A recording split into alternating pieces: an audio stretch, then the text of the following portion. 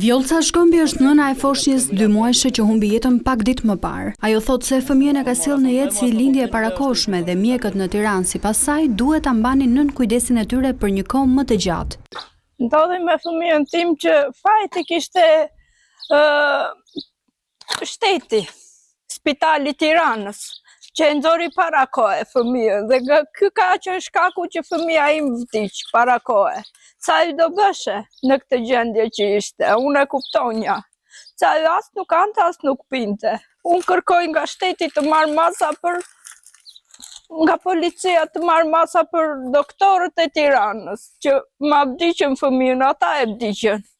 Edhe doktorët e Korçës që thanë 10 ditë dëshet të mbashe, neve ditën e dytë na thirrën edhe na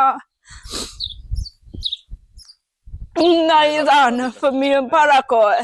Edhe bashkëshorti Arben Veshëlliu thotë se fëmia ishte nën kujdesin e tyre, por kjo nuk mjaftoi për shkak të lindjes së parakohshme. Fëmijën tonë në i dhanë për Tiranë. Në i dhanë për Tiranë, duhet të rindë 10 ditë në Korçë. Korçë se mbaj në i dhanë, unë i dhash të pinte, edhe s'po pinte. Korçë më thanë tash pesh Tiranë. Tiranë kisha më ktheni thash. Ka që, o tash shpim e shpim, e shpura me xhan djalën, gjerë Tiranë. Kur u kthevan po grades më thanë që djalin varovi, i fermierët e Korçës. Nga e sekë, nga ishë në to. Isë mundë, më shkri, po.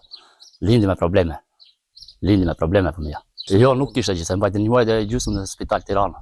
Pas gjendjes së rënduar shëndetësore, mjekët e Korçës vendosën të rikthejnë foshnjën për mjekim më të specializuar në pediatrinë e Tiranës, ku dhe ka ndëruar jetë.